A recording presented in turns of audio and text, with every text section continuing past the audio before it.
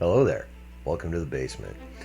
Now, pretty much all the videos I've done to this point have been about what you would call nerdy things. Star Wars, Marvel, DC.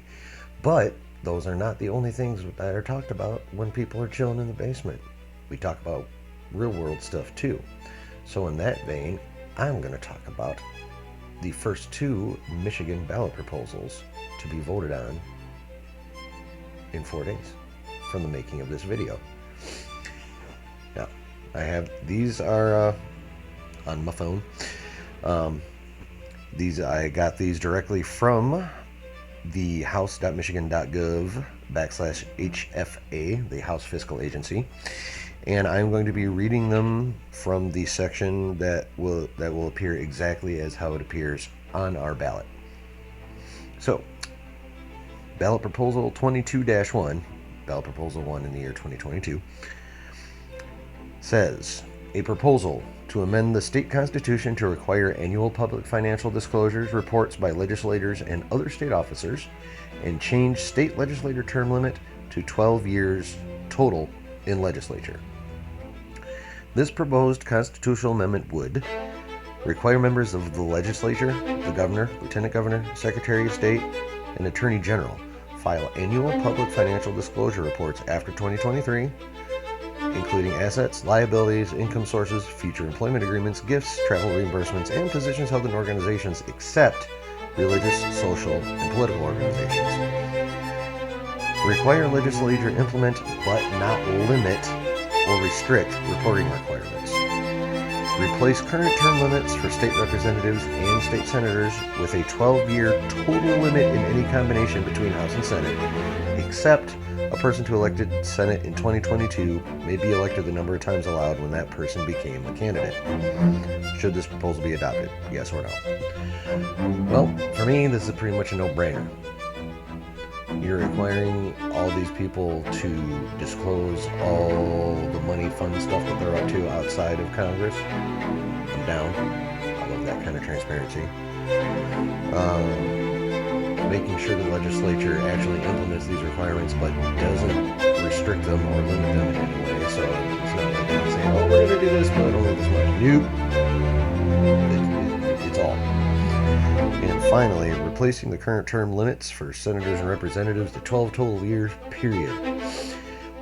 At least in my opinion, one of the biggest problems with government right now, on any level, federal, state, or local, is there's no new blood, therefore there's no new ideas, and there's a shit ton of cronyism, and none of that is good for us. So, for me, no brainer. That's a yes vote.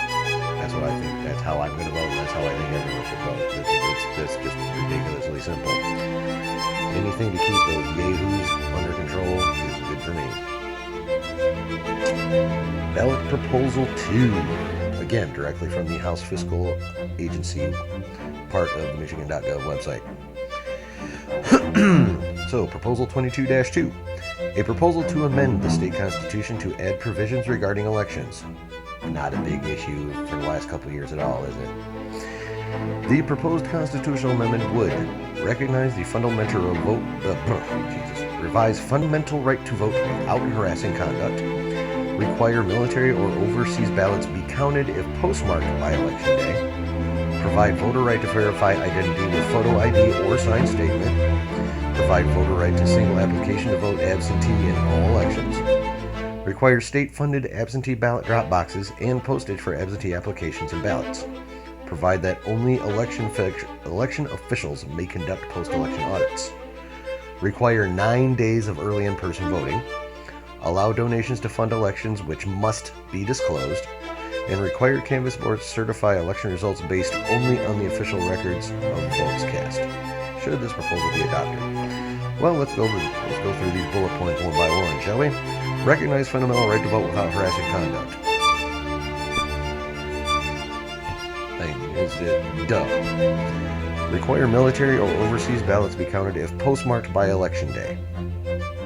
Again, they had the official part of the business done. They had the vote, they had it in the envelope, and they had it sealed and on its way. You don't need to ask for anything more than that. I'm down. Provide voter right to verify identity with photo ID or signed statement. teensiest bit twitchy about the signed statement, but that's not a hill I'm willing to die on.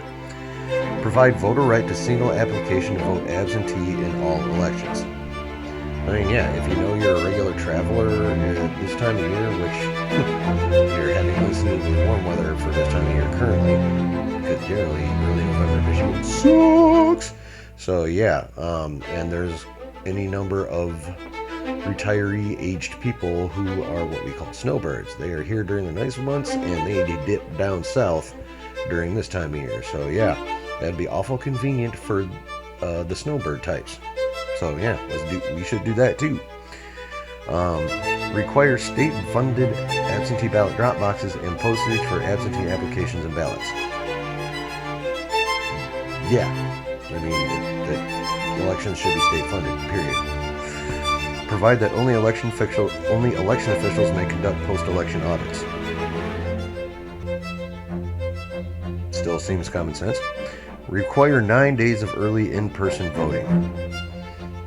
I mean, yeah, if you give people a bigger voting window, and it'll be a lot easier for everyone to vote, which is what we want. We want all the votes in. Allow donations to fund elections which must be disclosed. So yeah, if like someone wants to donate to their county election board to make sure they get stuff done, as long as the election board's like, yeah, this person gave us money, I have no problem with that either. And require canvass boards certify election results based only on the official records of votes cast. Again, that's common sense. There's, whatever is deemed official under the law, that should be counted. Period. So, yeah, basically, except for that signed affidavit thing, which I'm just the teensiest bit twitchy on. I'm more of a, it should have your face on it kind of thing. But, again, since it's a legal affidavit, that's basically a contract, and you can get in deep duty for breaking one of those. So, like I said, that's not a hill I'm willing to die on. There's enough there to make it not too twitchy for me. So, again, another yes vote for me, and I really hope this puppy passes, and I think everyone should vote yes on this.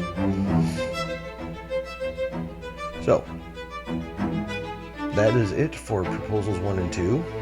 Yes, we all know there is a third proposal on the ballot, but given the subject matter, and the said subject matter being probably one of the top 2 current hot button / wedded issues right now, that one gets its own video. So, yeah, that's me commenting on real world crap. That, especially since it actually affects me and mine. So,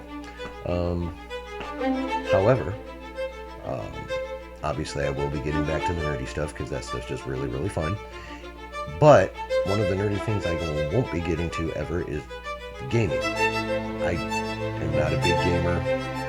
I suck at it, so that's why I'm not a big gamer.